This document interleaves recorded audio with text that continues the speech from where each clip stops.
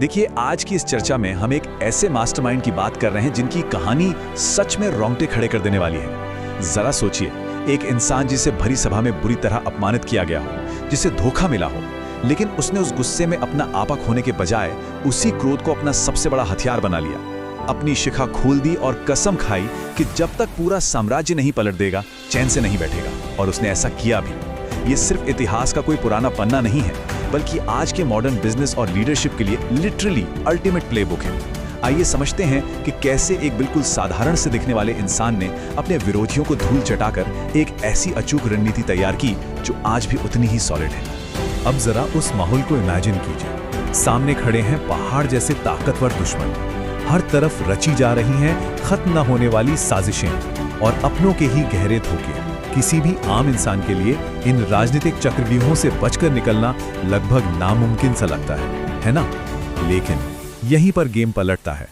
हर एक मुश्किल, हर एक अपमान को एक ऐसी ताकत में बदल दिया गया जिसने एक साम्राज्य निर्माता को जन्म दिया।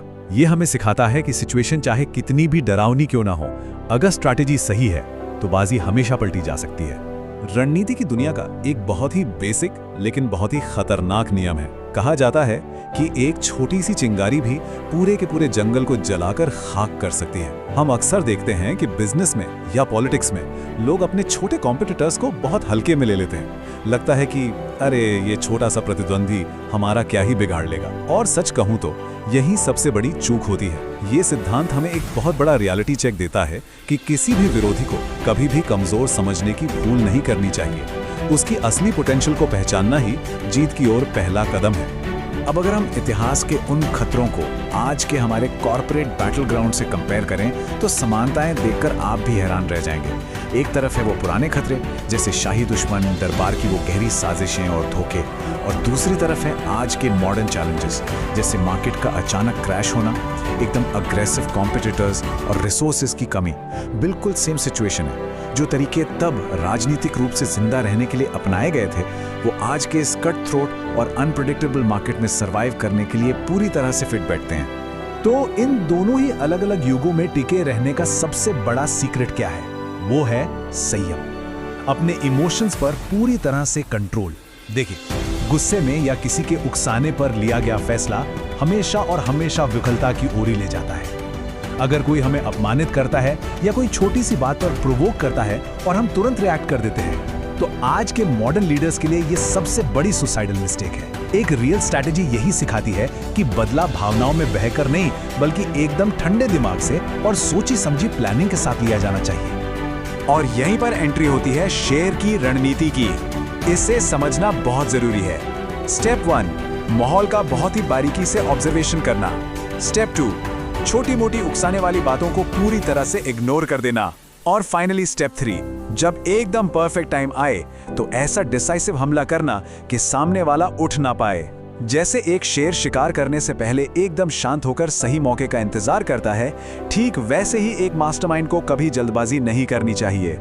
सालों तक सही अपॉर्चुनिटी का वेट करना और फिर फुल प्रिपरेशन के साथ वार करना, बिना सोचे समझे रिएक्ट करने से 1000 गुना बेहतर है।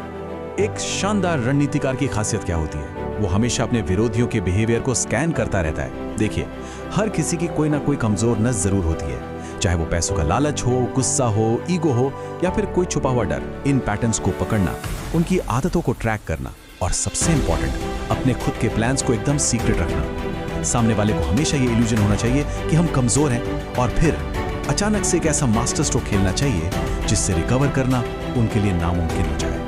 खैर, ये तो बात हो गई बाहरी दुश्मनों से निपटने की, लेकिन एक अजेय रणनीतिकार की खुद की फाउंडेशन किन चीजों से बनती है?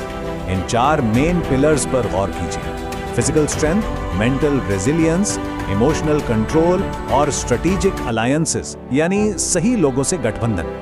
ये इस बात का एकदम क्लियर इंडिकेशन है कि अगर इंसान अंदर से कमजोर है तो बाहर हारना पक्का है। मतलब सबसे पहली शर्त है खुद को अंदर से सॉलिड बनाना।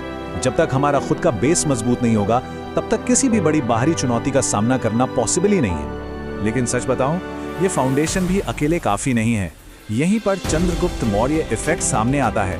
कोई भी बड़ी और अल्टीमेट जीत कभी भी अकेले हासिल नहीं की जाती।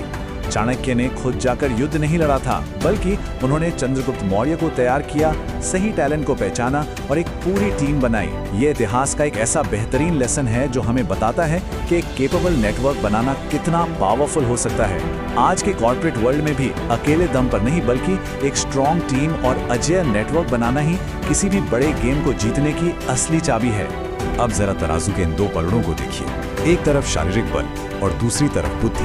हमेशा याद रखने वाली बात यह है कि ज्ञान ही हमारा सबसे बड़ा और धारदार हथियार है। अर्थशास्त्र जैसे पुराने ग्रंथ इस बात का सबसे बड़ा प्रूफ है कि आपकी गहरी सोच और नॉलेज हमेशा सिर्फ ताकत के दिखावे पर भारी पड़ती है। आज के प्रोफेशनल्स के लिए ये एक बहुत बड़ा रिमाइंडर है। जो इंसान अपने काम को ज्यादा गहराई से जानता है, जो लगातार खुद को अपडेट रखता है, वही लंबी रेस का घोड़ा बनता है। तेज दिमाग के आगे बड़ी बड़ी मुश्किलें भी घुटने टेक देती हैं। और अब आता है रणनीति का सबसे अहम और फाइनल रूल।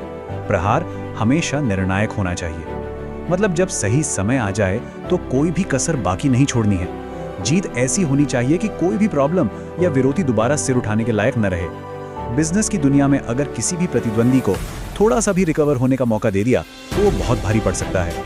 कोई भी हिचकिचाहट या अधूरा छोड़ा गया काम फ्यूचर के लिए बड़ा खतरा बन जाता है। इसलिए जो काम शुरू किया है उसे पूरी तरह से खत्म करना बहुत जरूरी है। लेकिन रुकिए, अगर हम इतिहास के इन सारे लेसन्स को आज की अपनी डेली लाइफ में अप्लाई करें तो दुश्मन की पूरी शक्ल ही बदल जाती है।